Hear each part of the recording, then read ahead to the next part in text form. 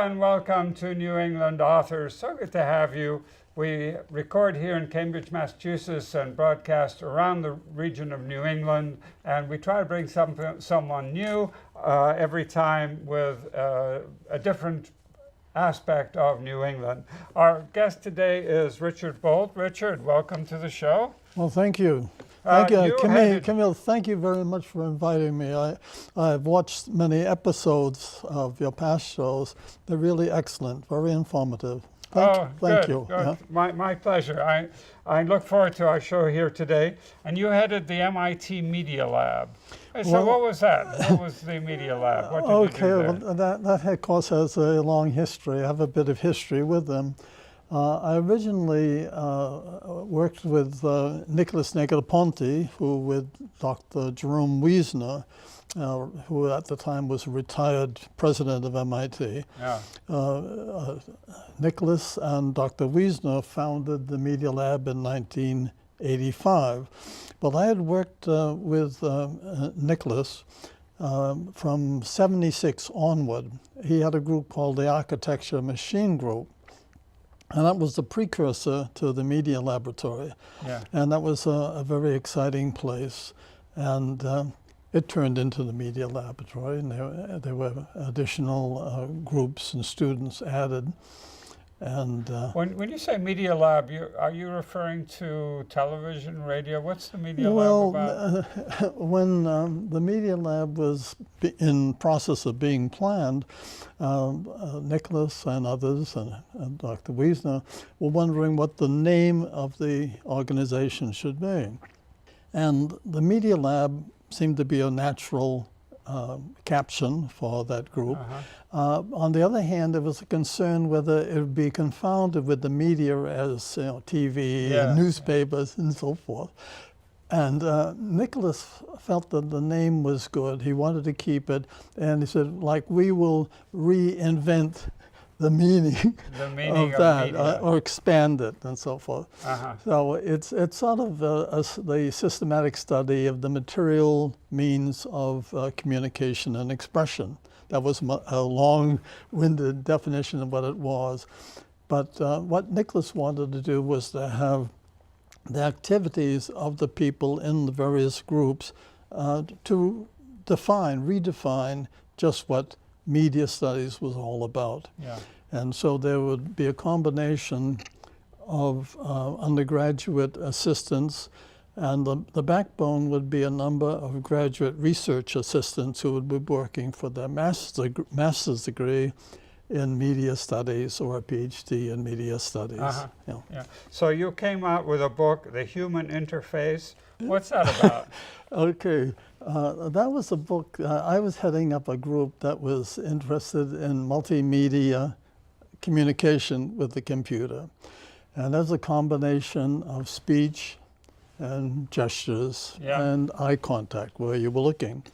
And we had various gloves, eye trackers, and recording mechanisms to capture those outputs from the person. And the challenge was to have the computer understand the intention of the person, try to infer that, and to map to an appropriate response, which in the case of the computer, ordinarily would be some display on the graphics screen or some sound output, or now could be in many different modalities. So that group was the Advanced Human Interface Group, or AHIG we called it, as myself and kind of a rotating cast of graduate students and research assistants, some from abroad. I see. Okay. And all of a sudden you turned to fiction, right? Well, was it all of a sudden? And this is the book, by the way, Sailor Take Warning. Right. Well, it's interesting how shifting from trying to, I had the book, The Human Interface. Yeah. And then that came out in the mid-'80s, quite a while ago. And that's out of print. And but it's still available on kind of used copies Yeah. on Amazon, Right. and you can look at it. And the prices that are asked, particularly for its paperback version, sometimes are outrageous. It's Yeah. several $100s and up into the thousands. I haven't the slightest idea why people feel that they're going to get that kind of money for the book.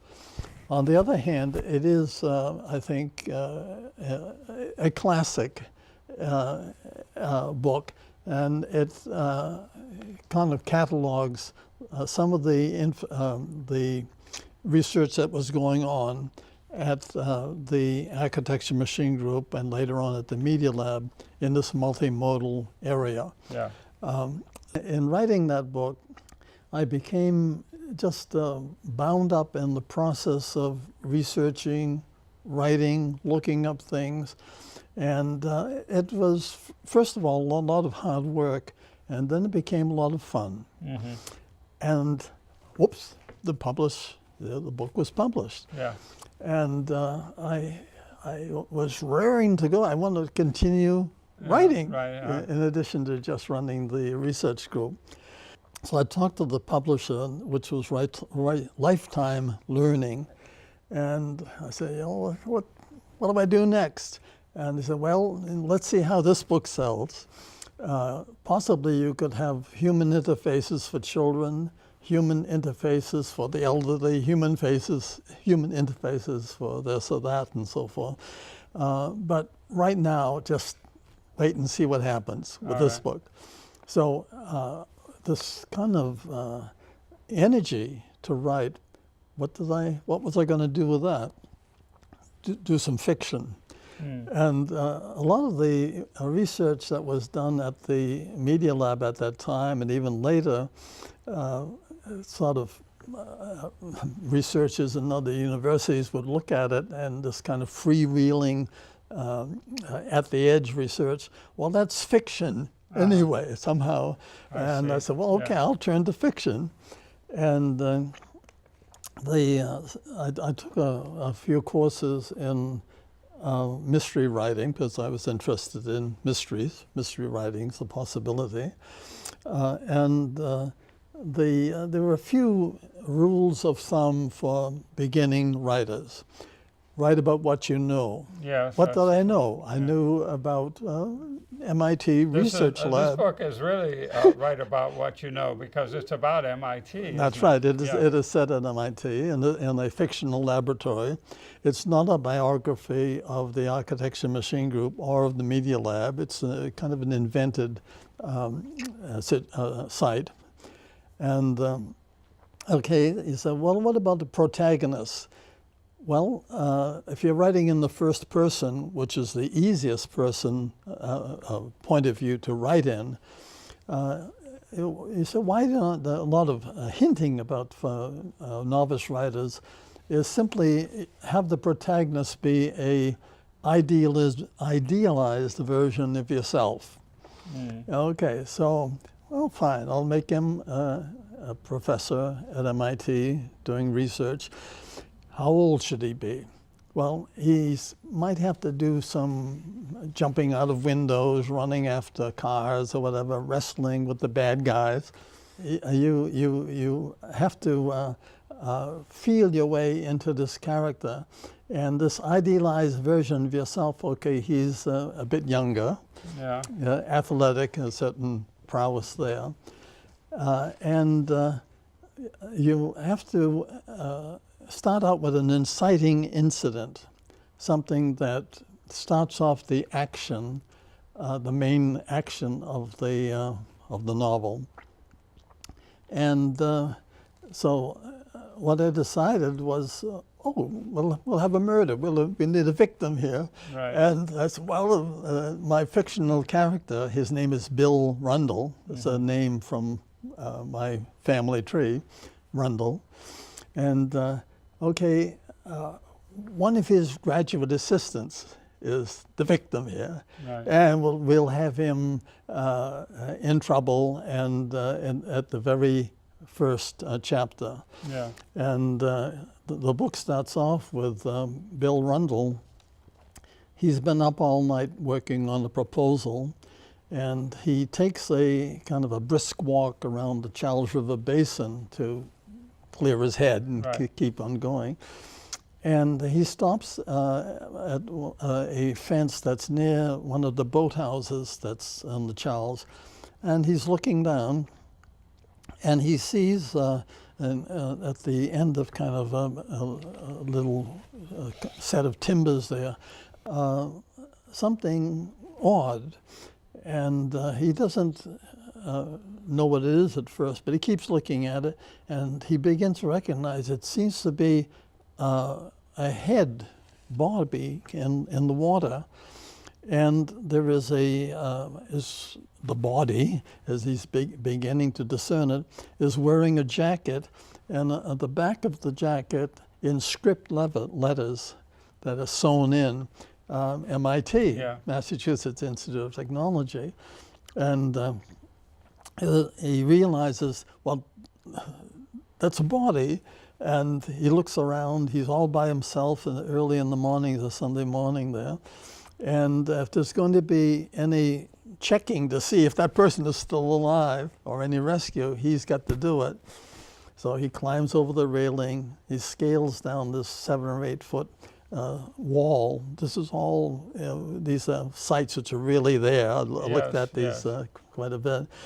And he crawls out on the timbers, and he reaches, kind of pulls the head out of and he recognizes, this is my graduate research assistant, and this is Justin, and he tips the head, and he looks at one of the eyes. This is kind of out of a curiosity, so I don't know why I did this, but the eye is missing. So this adds a macabre and sinister aspect to the discovery of this body. This is all happens in the first chapter. So we have a protagonist, we have a victim, we have, this is unrelated victim to him, unrelated to him. And so it immediately involves Bill Rundle in the way that he can't back away from. So I was going to ask you, did you take this murder from an actual incident? There have been bodies floating in Charles Rivers and other rivers in New England. I've over the years, read about, heard about, bodies discovered in the Charles. Very often, these are people who, on the icy days, somehow want to walk across the Charles, and they fall for the ice. But no, it's not of any particular incident. It's kind of invented incident. So this is New England Authors. We're talking with Richard Bolt. His new book is Sailor Take Warning. So this graduate student, he's working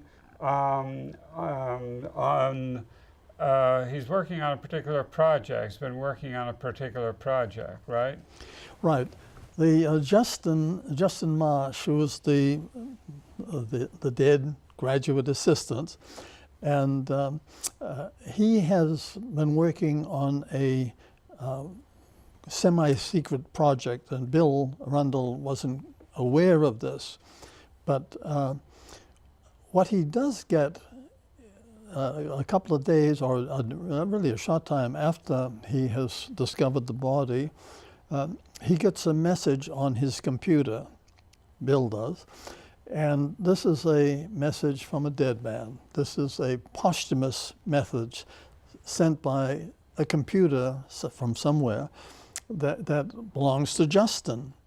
And essentially, there's a message saying, Professor Rundle, Bill, you're the only one I can trust with this, and there is a long attached message. It's 6,000 words of what seemingly is just gibberish, numbers and letters and so forth. And Bill has no idea what this is, but it's very important. It's been trusted to him. Right. So this begins to, there's a gradual introduction in the book to a number of people who have really strong vested interest in America Cup's competition. Right. So this is about. We're going to get to the America Cup now, Okay. right? The America's Right. Cup. Right. So anyway, the World Cup Yeah. is involved in this, Yeah. and we learn a little bit about what this code might be for, right? Yes. Yes. Yeah. It's for what? It's for a sailing ship? Right. It can do two things. One, it can tutor people on how to sail, and it also can be hitched up directly to any actuators and motors and pulleys that are on a racing yacht, and it can actuate them. It can sail the ship. So through in the book, gradually we learn the four parties which are very interested in this sort of thing. One is a Japanese researcher who was at MIT. He's a young man. He has an interest in the Japanese Challenger Consortium, the America's Cup, and they have a boat called the Chrysanthemum. Yeah. I'm saying that right. And he has an interest that we learned in the possibility of this program being very helpful to their enterprise. Another party that emerges, a Boston entrepreneur who is a very wealthy guy. He's interested in international sailing, and he is part of the Western group, is in Western, the town, and they have an entry into the America's Cup. Yeah. And there's also later on in the book, and this is a chapter that occurs in Venice, there is a man, his name is Igor Menshikov, and he is kind of a Russian mafia, Yeah. and he is connected with a consortium, Russian consortium, which has an entry in the upcoming America's Cup, and there is a fourth party, which is, and this is in the chapter in takes place in Sydney, Australia, Yeah. and this is the head of the laboratory, who has an interest in an Australian, because the head of the lab is a kind of an Australian expatriate who is the head of this cognitive computing laboratory at MIT. So there are these four contending parties, and they all have very plausible and very compelling reasons to maybe have done in Justin Marsh Yeah. for the program, and especially later on, finding out where the program is and getting copies of it. Yeah. Because Bill Rundle has gotten the copy of the program, and he's under tremendous pressure from all of these people to Yes. somehow hand it over, sell it to them, and whatever. Yeah, so the cops suspect Rundle from Yes, and day one, from Absol- the time abs- he absolutely. yeah, they suspect that he had something to do with Yes. the murder. Yes. And then during the time he gets threatened, hit, attacked by a Doberman, beat up. He runs through all kinds of things for this program. Well, yes. Yeah. Yeah. Yeah. Yeah, so you got a lot of details in here. The America's Cup is very prestigious, and there's a lot of money in it, right? And there's even more emphasis upon the technology of the physical structure of the boat rather than the skills of the skipper. I see. And this program, as it turns out in the story, Justin Marsh has an uncle. His name is Bennett Ames, and he is a world-class ocean racing skipper, and he's defended the America's Cup a number of times. And what had happened was Justin Marsh, the student, unbeknownst to Bill Rundle, had been going out to a laboratory, which is in Weston, owned by the man who was in the Weston group there. The Bennett Ames is suffering from, in the last stages really, of ALS, which is Lou Gehrig's disease. Yeah. And just what Justin wants to do was to capture and preserve his uncle's sailing smarts. And the uncle is very interested in somehow, I want to pass these on to young sailing groups, what I know about sailing. So what Justin had been doing for weeks actually was to take his uncle out to this laboratory, which is not at MIT, but out in the western suburbs. But it's a very sophisticated laboratory. And the uncle, Bennett Ames, would be helped into a mock-up of a cockpit of a sailing ship. And there would be in kind of these virtual reality panoramic screens and sound effects of an ocean setting, as if you were out there sailing. And the cockpit is mounted on pistons and so forth, so it has a rocking motion. Okay, so it's a simulation of a situation that one would encounter when one is sailing. And what is captured by sensors that are put on Bennett Ames's body, picked up here, and he can't have full motions or active motions. In fact, his voice is somewhat weak. That has to be amplified, and that's picked up by instrumentation. So what happens is that a sailing situation is set up in kind of the graphics, the surround graphics, the auditory output, the wind and howling, whatever, and then the rocking of the boat. And the behaviors of the sailing master, the Bennett Ames, are captured, they're amplified, and they are carried out by kind of animation figures who are like the crew of the boat. So it's putting this skilled gentleman who is highly handicapped now in a sailing situation where he responds to them, and his responses and behaviors and commands, whatever, are captured as part of the program. And the program is learning. It's becoming a skilled program that knows how to sail the ship. And it's learning from a sailing master.